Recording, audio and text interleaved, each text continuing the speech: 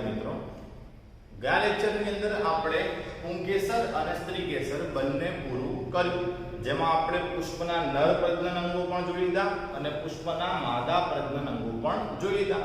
હવે આપણે સમજવાનું છે કે પુષ્પની પરાગરજ એ સ્ત્રીકેસર સુધી કઈ રીતે પહોંચે, મતલબ કે જન્યુનું વહન કઈ રીતે થાય.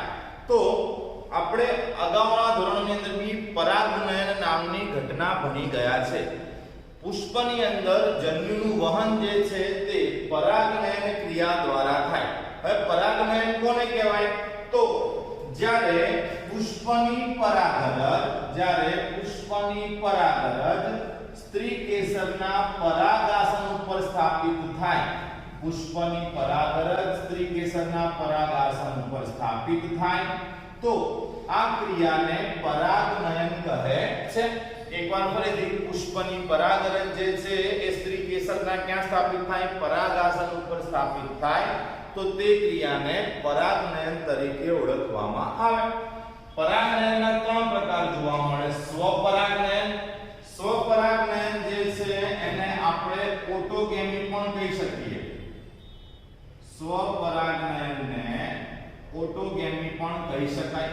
ત્યારબાદ બીજો પ્રકાર આવે ગેઇટેનોગોમી અને ત્રીજો પ્રકાર આવશે ઝેનોગોમી, એટલે કે પરપરાગનયન. તો જોઈએ સૌથી પહેલા આપણે સ્વપરાગનયન. સ્વપરાગનયનમાં શું હોય કે એક જ પુષ્પની પરાગરજ, આપણે ત્યાં પુષ્પ દર્શાવ્યો છે દ્વિલિંગી પુષ્પ. દ્વિલિંગી એટલે કે એક જ પુષ્પની અંદર પુંકેસર પણ છે અને સ્ત્રીકેસર પણ છે. તો એક જ પુષ્પની પરાગરજ તે જ પુષ્પના પરાગાસન ઉપર સ્થાપિત થાય. એક જ પુષ્પની પરાગરજ તે જ પુષ્પના પરાગાસન પર સ્થાપિત થાય તો તેને સ્વપરાગનયન કહે છે. એકવાર ફરીથી, એક જ પુષ્પની પરાગરજ તે જ પુષ્પના પરાગાસન ઉપર સ્થાપિત થાય તો તેને સ્વપરાગનયન એટલે ઓટોગેમી કહેવાય. ત્યાર પછી આપણે વાત કરીએ એકસદની વનસ્પતિ, એટલે કે બીજો પ્રકાર જોઈએ આપણે ગેઇટેનોગોમી. હવે ગેઇટેનોગોમી પ્રકારે પરાગનયન એકસદની વનસ્પતિમાં જોવા મળે. એકસદની વનસ્પતિ એટલે એવી વનસ્પતિ કે જે નર અને માદા બંને પુષ્પ ધરાવતી હોય, જેમાં સામાન્યતઃ ટોચ ઉપર નર પુષ્પ રહેલા હોય જ્યારે નીચેની તરફ માદા પુષ્પ રહેલા હોય. હવે ગેઇટેનોગોમીની વ્યાખ્યા તો એક વનસ્પતિના નર પુષ્પની પરાગરજ તે જ વનસ્પતિના માદા પુષ્પના પરાગાસન પર સ્થાપિત થાય. પુષ્પની પરાગરજ તે જ વનસ્પતિના માદા પુષ્પના પરાગાસન પર સ્થાપિત થાય જો આ રીતે, તો તેને ગેઇટેનોગોમી કહેવાય. સમજો, ગેઇટેનોગોમીની અંદર પુષ્પ બદલાયું પણ વનસ્પતિ બદલાઈ નથી. એકવાર ફરીથી, ગેઇટેનોગોમીની અંદર શું બદલાયું છે? પુષ્પ, પણ વનસ્પતિ તો એક જ છે. એક જ પુષ્પ જે છે એની પરાગરજ તે જ વનસ્પતિના બીજા પુષ્પના પરાગાસન ઉપર સ્થાપિત થાય તો તેને ગેઇટેનોગોમી તરીકે ઓળખવામાં આવે.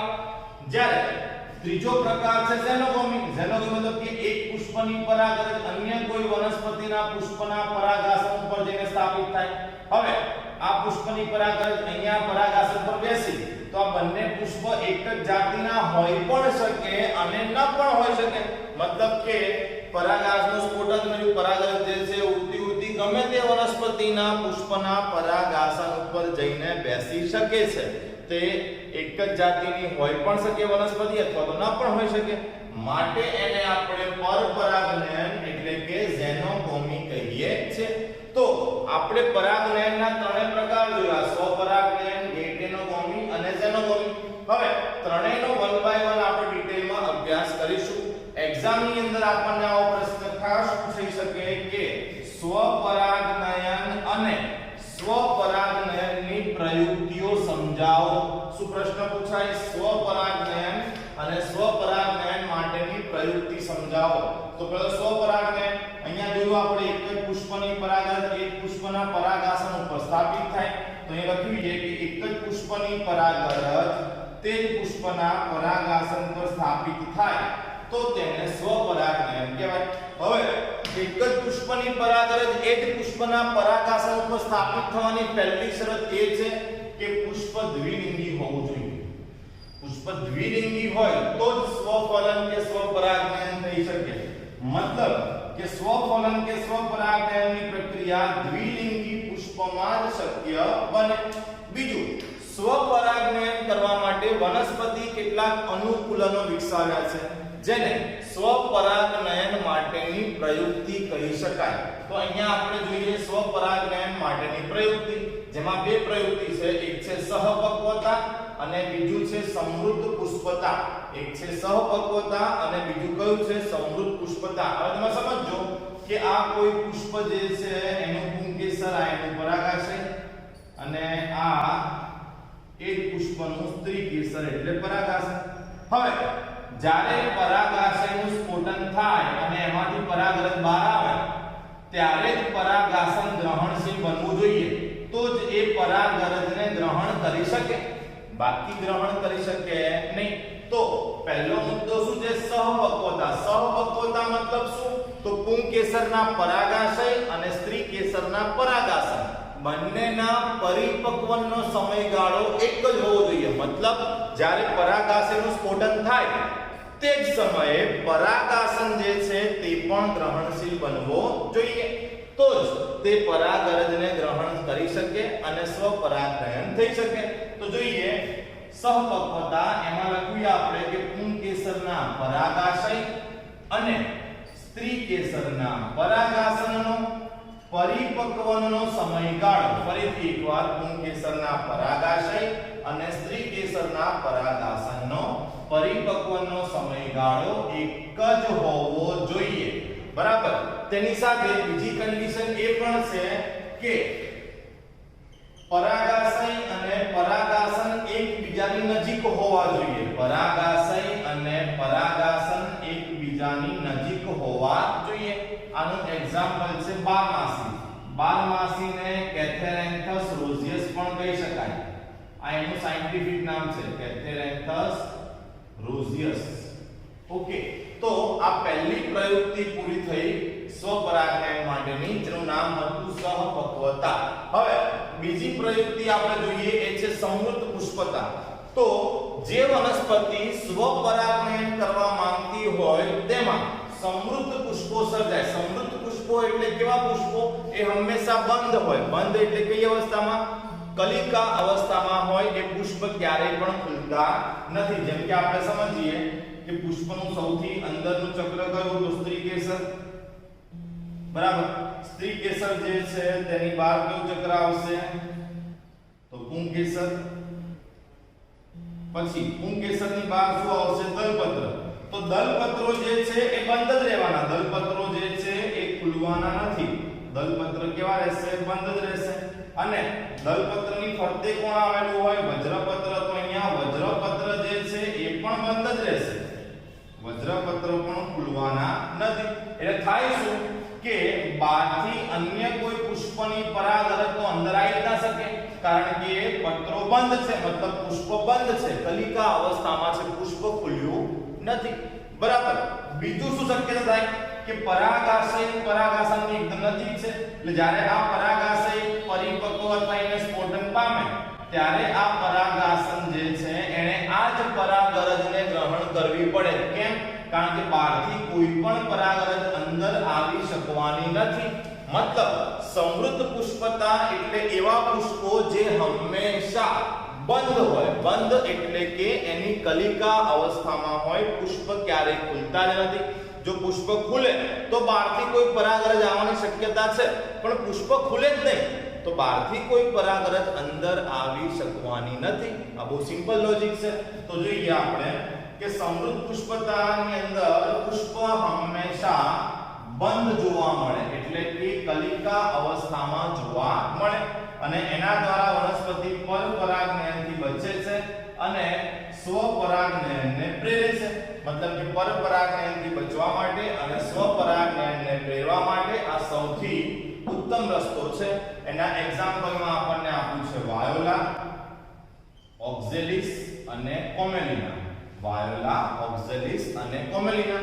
હવે સમૃદ્ધ એટલે કે બંધ પુષ્પોની સાથે સાથે આ વનસ્પતિમાં હવાઈ પુષ્પો પણ હાજર હોય અને આ હવાઈ પુષ્પો પરાગાશયના સ્ફોટન સમયે ખુલે છે અને મોસ્ટ એમપીએમસી ખાસ યાદ રાખજો કોમેલિના નામની વનસ્પતિની અંદર સમૃદ્ધ પુષ્પો મૂળ પાસે રહેલા હોય આવા જે બંધ સમૃદ્ધ પુષ્પો છે એ ગાંઠા મૂડી અથવા તો મૂળ ઉપર ઉત્પન્ન થતા હોય અને કદમાં નાના હોય અને ખૂબ ધ્યાન આકર્ષક એટલે કે અલગ અલગ રંગ ધરાવતા હોય તેવા ધ્યાન આકર્ષક જોવા મળે તો આ મોસ્ટ એમ્પી થિયરી છે કે સ્વપરાગનયન અને તેની પ્રયુક્તિ સમજાવો તો અહીંયા આપણે સ્વપરાગનયન અને એની પ્રયુક્તિ પૂરી થઈ હવે આના પછી આપણે ગેઇટેનોગોમીનો અભ્યાસ કરીએ હવે બીજો પ્રકાર આપણે જોઈએ ગેઇટેનોગોમી આપણે એવું જોયું કે ગેઇટેનોગોમી જે છે એ આપણને એક સદની વનસ્પતિમાં જોવા મળે ગેઇટેનોગોમી પ્રકારે પરાગનયન એક સદની વનસ્પતિમાં જોવા મળે એક સદની વનસ્પતિમાં આપણે એવું પણ કહ્યું કે ટોચ ઉપર નર પુષ્પો રહેલા હોય જ્યારે નીચેની તરફ માદા પુષ્પો રહેલા હોય હવે એક જ વનસ્પતિના નર પુષ્પમાંથી પરાગરજ તે જ વનસ્પતિના માદા પુષ્પના પરાગાસન ઉપર સ્થાપિત થાય તો તેને ગેઇટેનોગોમી કહેવાય પુષ્પની પરાગરજ એ જ વનસ્પતિના અન્ય પુષ્પના પરાગાસન ઉપર પુષ્પની પરાગરજ એ જ વનસ્પતિના અન્ય પુષ્પના પરાગાસન ઉપર સ્થાપિત થાય તો તેને ગેઇટેનોગોમી કહેવાય હવે અહીંયા પુષ્પ બદલાયું પણ વનસ્પતિ બદલાઈ નથી એટલે કે જનનિક દ્રષ્ટિએ તમે આમ જોવા જાઓ તો આ એક પ્રકારે સ્વફલન જેવી જ ઘટના થઈ મતલબ કે ગેઇટેનોગોમી જે છે એ જનનિક દ્રષ્ટિએ સ્વફલન સાથે સમાનતા એટલે કે સામ્યતા દર્શાવે છે તો આ પછી કેવું ગેઇટેનોગોમી હવે આપણે જોઈએ પરપરાગનયનમાં કેવું હોય કે એક પુષ્પની પરાગરજ જે છે એ અન્ય કોઈ પણ વનસ્પતિના પુષ્પના પરાગાસન ઉપર જઈને બેસે હવે આ જે પુષ્પ છે એ આ જાતિનું હોય પણ ખરી અને ના પણ હોય એકવાર ફરીથી એક પુષ્પની પરાગરજ અન્ય કોઈ વનસ્પતિના પુષ્પના પરાગાસન ઉપર સ્થાપિત થાય જે એક જ જાતિના હોય પણ શકે અથવા તો ન પણ હોઈ શકે તો આ પ્રકારના પરાગનયનને પરપરાગનયન કહે છે એક પુષ્પની પરાગરજ અન્ય કોઈ વનસ્પતિના પરાગાસન પર સ્થાપિત થાય તો તેને પરપરાગનયન કહેવાય અહીં પરાગિત થતી વનસ્પતિ તે જ જાતિની હોય પણ શકે અથવા ન પણ હોઈ શકે બીજું જેટલી પણ વનસ્પતિની જાતિઓમાં પરપરાગનયન થાય તેમને પરવશ વનસ્પતિ તરીકે ઓળખવામાં આવે છે ત્યારબાદ જ્યારે પરપરાગનયન થાય તો પરાગરજ જઈ રહી છે એ પરાગરજ અન્ય કોઈ જાતિની વનસ્પતિ ઉપર પણ સ્થાપિત થઈ શકે તો આવા સંજોગોમાં નવી મળતી વનસ્પતિ જે છે એ સંકર જાતિ કહી શકાય કારણ કે એક પ્રકારે સંકરણ થયું કે ભાઈ કોઈ એક જાતિની પરાગરજ અન્ય કોઈ જાતિના પરાગાસન પર બેસી ગઈ તો પરપરાગનયનમાં સંકર જાતિ ઉત્પન્ન થવાની સંભાવનાઓ વધુ છે